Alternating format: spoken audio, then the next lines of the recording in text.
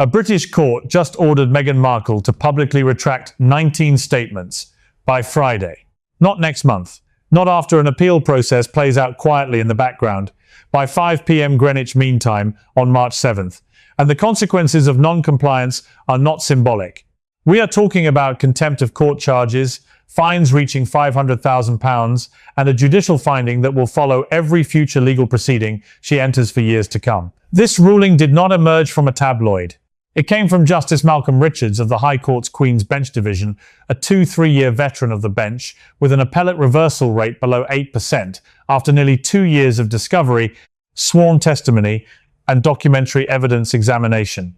The 7-8-page judgment he issued on February 28, 2025, does not use words like exaggerated or misleading. It uses the term demonstrably false 19 times. Once for each statement the court ordered retracted. This is the most significant judicial rebuke of the Sussex public narrative since Harry and Meghan departed royal duties. And the way it has been covered, or more precisely, the way it has not been covered in American media, requires correction tonight. Because what is actually in that judgment, the specific evidence the court relied upon, the categories of statements found to be false, and the enforcement mechanisms now in play, tell a story that press releases and friendly interview formats are not designed to accommodate. Tonight we walk through all of it. The court's findings, the evidence behind each category of false statements, the timeline that led here, and the 4 scenarios now facing Meghan as Friday's clock runs down. Before we get into the specific findings, let's establish what kind of ruling this actually is, because the framing matters enormously. This is not a defamation case in the traditional sense. The media consortium that brought this action, 5 UK outlets with different ownership structures and different editorial positions, did not seek damages. They sought something more pointed, a court order requiring public correction of specific factual claims made to audiences of millions across high-profile platforms. The legal theory is straightforward. When a public figure makes statements that are not opinions but factual assertions, and those assertions are demonstrably contradicted by documentary evidence, there is a legal mechanism to compel correction. Justice Richards granted that remedy on 19 of the 32 statements the consortium initially challenged. On the remaining 13, he found either that they constituted protected opinion or that the evidentiary standard had not been met sufficiently to compel retraction. That selective outcome is important. A court that ruled against Meghan on every single challenge statement would be easier to dismiss as biased or overreaching. A court that carefully distinguished between opinion and false assertion, rejecting 13 claims while sustaining 19 others, is demonstrating precisely the kind of judicial restraint that makes the 19 sustained findings impossible to credibly dismiss as institutional persecution. The documentary foundation behind those 19 findings includes 43 separate pieces of evidence. Palace email records obtained through discovery, financial statements from sovereign grant accounts, sworn testimony from 12 Palace staff members, video footage of public events, phone records, text message logs, and certified mail tracking data. Meghan's legal team did not contest the authenticity of any of this evidence during proceedings. Their defense argued that her statements constituted protected opinion rather than factual assertions. The court rejected that defense comprehensively. Before we go through the 5 categories of false statements the court identified, I want to pause here because this is exactly the kind of coverage that mainstream outlets are not providing on this ruling. If you want the full picture, the actual evidence, the legal mechanics, and what happens when Friday's deadline arrives, subscribe now and turn on notifications. Every development in this case, as it moves toward the deadline and beyond, we cover it here with the depth the story actually deserves. Drop a comment below as well. Tell us what you think Meghan will do, comply, appeal, or defy the order entirely. We read every comment, and this community's analysis is consistently sharp. Now let's get into what the court actually found. The first category involves statements about Palace financial support. In the Oprah Winfrey interview that aired March 7, 2021, Meghan stated that the Palace cut off all financial support in the first quarter of 2020, leaving the couple without security funding or living expenses. The court examined Palace financial records obtained through discovery. Those records showed that Harry received his final quarterly distribution from the Duchy of Cornwall on June 15, 2020, totaling £1.7 million, and that security costs of £483,000 were paid directly through sovereign grant appropriations through September 2020. The first quarter of 2020 ends March 31st. The financial support the court documented continued through the third quarter. Justice Richards found the claim that support was cut off in the first quarter to be demonstrably false against that documentary record. This is not a matter of interpretation or competing narratives. The dates and figures are in palace financial records that both sides had access to during proceedings. The second category covers statements about palace defense against racist media coverage. In a podcast appearance on October 12, 2022, Meghan claimed that no palace officials defended her against racist press coverage and that she was specifically instructed not to defend herself publicly. The court examined the palace communications record across the relevant period and identified 17 documented instances of palace defense, including Harry's own November 2016 statement condemning racist media. Commentary: a December 2018 formal complaint to the Independent Press Standards Organization, and a March 2019 background briefing in which palace officials characterized certain coverage as having racial undertones. Justice Richards acknowledged in his judgment that Meghan may have desired a more aggressive defense than she received. That desire is legitimate and understandable. But the categorical claim that no defense occurred and that she was instructed to remain silent is directly contradicted by 17 documented instances of palace communications activity. The gap between wanting more and receiving nothing is the gap between a grievance and a false statement. The court found she crossed that line.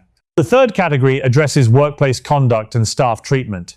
Multiple statements made between 2021 and 2024 characterized Meghan's relationship with palace staff as positive, while attributing any reported conflicts to deliberate palace manipulation or media fabrication. 12 palace staff members provided confidential sworn testimony. Their specific statements remain sealed under privacy protections. But Justice Richards stated in his judgment that this testimony uniformly described a pattern including regular verbal reprimands, extremely early morning communications demanding immediate responses, and what 3 staff members independently characterized as a culture of fear. The court found that Meghan's public denial of any workplace issues and her attribution of all such reports to palace conspiracy was incompatible with consistent testimony from multiple independent sources who had no documented contact with each other before providing sworn statements. 12 people saying the same things independently carries a different evidentiary weight than one account filtered through institutional pressure. The fourth category involves statements about family communication patterns. In an interview published in The Cut on August 29, 2022, Meghan stated that she had been blocked from all communication with the royal family and that letters she sent were returned unopened. The court examined phone records, text message logs, and physical mail tracking data. That examination documented 73 communications initiated by royal family members to Harry's phone number between January 2020 and December 202341 text messages, 23 phone calls, and 9 emails. Many went unanswered, but the court drew a direct distinction between communications being sent and not answered versus being blocked entirely. Those are not the same claim. On the letters specifically, certified mail tracking showed that 5 pieces of correspondence sent by Meghan to Clarence House were signed for and received. The claim that they were returned unopened is contradicted by delivery records showing they were accepted. The fifth category concerns the circumstances of the couple's departure from royal duties. In the Netflix documentary that began streaming December 8, 2022, Meghan stated that she and Harry were given no choice about their exit and were essentially forced out by family members who made their position untenable. The court examined email correspondence from January 2020 showing Harry himself initiated conversations about part-time royal status. It reviewed internal palace memoranda discussing multiple proposed accommodation arrangements. It examined meeting minutes from the Sandringham summit, where various options were presented and discussed. Justice Richards concluded that while the couple faced real constraints and complications during that period, a conclusion, the court did not minimize the categorical statement that they were given no choice and forced out was contradicted by substantial evidence of negotiated discussions and multiple proposed arrangements that the couple themselves rejected. Choosing not to accept available options is not the same as having no options. The court found that conflation to be a false statement of fact rather than a protected expression of subjective experience. Beyond these 5 major categories, the remaining findings address specific factual assertions that follow the same pattern. Statement 14 claimed Meghan was never told the proper protocol for meeting the Queen. Palace records show she received a full 5-minute briefing from a senior lady-in-waiting on November 23, 2016, specifically covering this topic. Statement 16 asserted that palace staff leaked stories to tabloids about her private conversations. The court found no supporting evidence and noted that Meghan's own legal team provided no documentation corroborating the claim. Statement 19 stated she received no support from female royal family members. The court found it contradicted by email correspondence from the Duchess of Cambridge, the Countess of Wessex, and Princess Anne, all offering assistance and advice on multiple occasions between 2017 and 2019. The pattern Justice Richards identified across all 19 findings is worth naming directly. He noted in paragraph 198 of his judgment that many of the false statements employed categorical language never, always, all, none, in situations where the reality involved complex responses from multiple actors across extended periods. Rhetorical absolutism applied to nuanced situations produces false statements, not necessarily through intentional fabrication, but through the elimination of complexity that absolute language requires. The court found that when that absolutism was applied to factual questions on high-profile platforms with millions of viewers, it crossed the line from narrative framing into demonstrable falsehood. We are at the midpoint of tonight's breakdown, and the picture the court's findings present is systematic rather than incidental. 19 statements across 5 distinct categories, each contradicted by documentary evidence that was available throughout the period those statements were being made. If you have found this level of detail useful, if you want to understand what is actually in this judgment rather than the summary version, subscribe and hit the notification bell. This story reaches its first major resolution point on Friday, and we will be covering every development as it happens. Like the video as well, it helps this channel reach the audience looking for this kind of coverage. And stay with us through the second half, because the legal consequences and the 4 scenarios Meghan now faces are where this gets genuinely consequential. The timeline that produced this ruling is not a rushed legal action. It is the product of patient, systematic documentation. It begins in November 2016, when Kensington Palace issued its first formal defense of Meghan against racist and sexist coverage, establishing the documentary record that would later directly contradict her claim that no defense ever occurred. It continues through the 2018 wedding, the first internal staff complaints filed through Palace Human Resources channels that same autumn, the January 2020 Instagram announcement that bypassed internal family discussions, and the Sandringham Summit, where multiple compromise arrangements were presented. The Oprah interview in March 2021, containing multiple statements that would anchor the eventual legal action, aired 4 years into a documentary record that the court would ultimately use to assess each claim. The media consortium did not file its legal action until March 2023, 2 years after the Oprah interview and more than 2 years after the departure. That delay was not hesitation, it was documentation. They spent those 2 years building the evidentiary case that the discovery process then confirmed. The legal proceedings themselves ran from June 2023 through February 2025.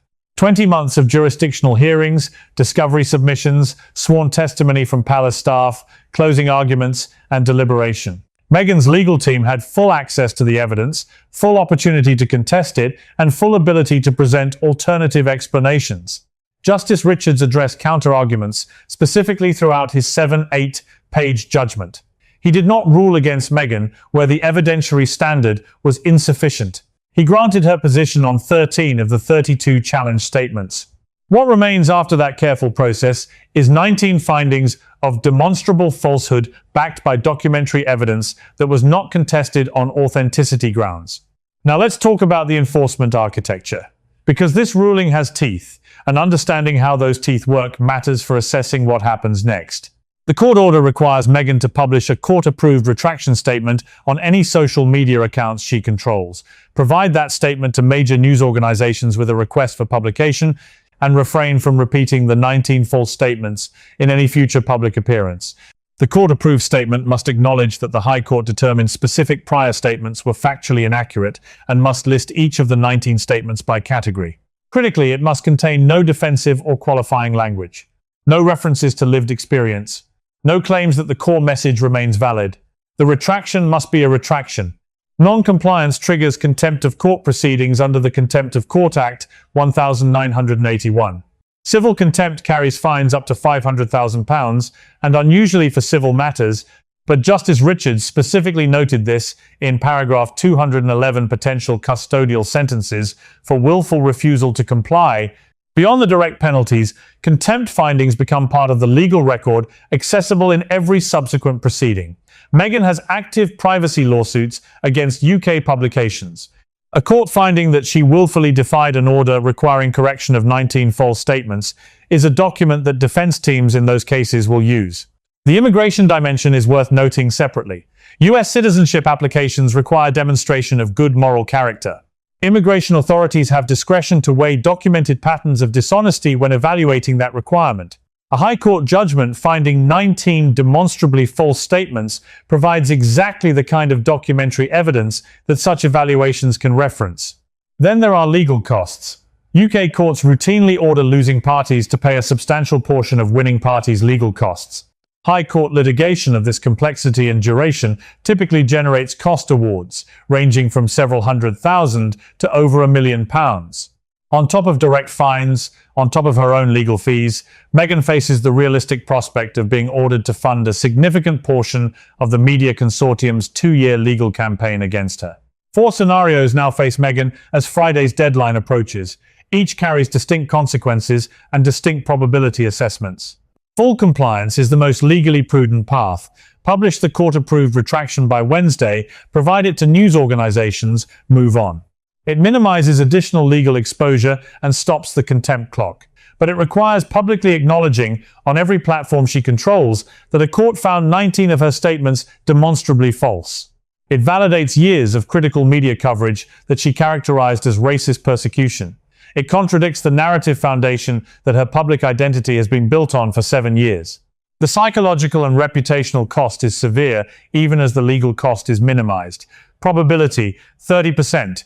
Partial compliance with qualifying language is the attempt to thread the needle, publishing something technically responsive to the order while preserving narrative through contextualizing phrases like "my lived experience" or "the court interpreted certain statements differently." Justice Richards anticipated this approach and explicitly prohibited qualifying language in the order. Any statement that departs from the court-approved text is likely to trigger immediate motions from the media consortium arguing inadequate compliance. This path probably produces contempt proceedings anyway, just with added evidence of deliberate circumvention. Probability, 25%. Strategic delay through emergency appeal is the most likely path based on Meghan's pattern of legal strategy. Filing emergency appeal proceedings before Friday could trigger an automatic stay of the retraction order pending appellate review. UK civil procedure allows this in certain circumstances, though whether a retraction order qualifies as automatically stayed is legally uncertain and would itself require judicial determination. This approach buys time, creates the narrative of fighting rather than accepting the ruling, and preserves credibility with supporters. The problem is that defamation-related appeals carry success rates below 20%, and Justice Richards' comprehensive 7-8-page judgment presents a narrow target for reversal. The appeal likely fails. When it does, Meghan faces the original compliance requirement plus accumulated contempt penalties for the delay period. The outcome is the same, just more expensive and further down the road. Probability, 35%. Defiant non-compliance, explicit or passive refusal to comply, provides the short-term satisfaction of principled resistance and activates the narrative of institutional persecution that resonates with her core audience. The consequences are the most severe. Contempt proceedings, maximum fines, potential UK arrest warrants that prevent her from entering Britain for any purpose. While UK courts cannot enforce contempt orders directly in the United States, the contempt finding becomes a permanent public record referenced in every piece of coverage she receives for the remainder of her public life. Every future legal proceeding, every citizenship application, every interview. The question is whether she defied a British court order. Probability, 10%. The most probable scenario, the emergency appeal, is also the scenario that ultimately delivers the same outcome as compliance, just slower and more expensively. Appeals that challenge comprehensive, evidence-based judgments from respected jurists rarely succeed. What the appeal path produces is delay, additional cost, and the same retraction requirement on the other side of a losing appeal, now compounded by contempt exposure accumulated during the interim period. Friday's 5 p.m. Greenwich Mean Time deadline translates to noon Eastern for American audiences. That is when compliance must be documented. If Meghan's team has not filed emergency appeal proceedings by Thursday or published the required retraction, contempt proceedings begin the following week. There is no negotiated middle ground available here, no settlement option, no quiet resolution through back channels. Justice Richards issued a court order. Meghan either complies with it, appeals it, or defies it. Every choice has documented consequences. Every choice is now on a 5-day clock. This story reaches its first resolution point Friday. And whatever Meghan's team decides in the next 72 hours will define her relationship with British institutions, British law, and British audiences for years. If you want to be here when that resolution lands, when we know which path she chose and what the immediate legal response is, subscribe right now and turn on notifications. We will cover every development as it happens with the same depth and the same commitment to what the documents actually say rather than what press releases claim they say. Leave a comment below and tell us your prediction. Comply, appeal, or defy. You will have your answer by Friday. And based on everything we have walked through tonight, the answer is going to matter far beyond this single ruling. We will see you in the next episode.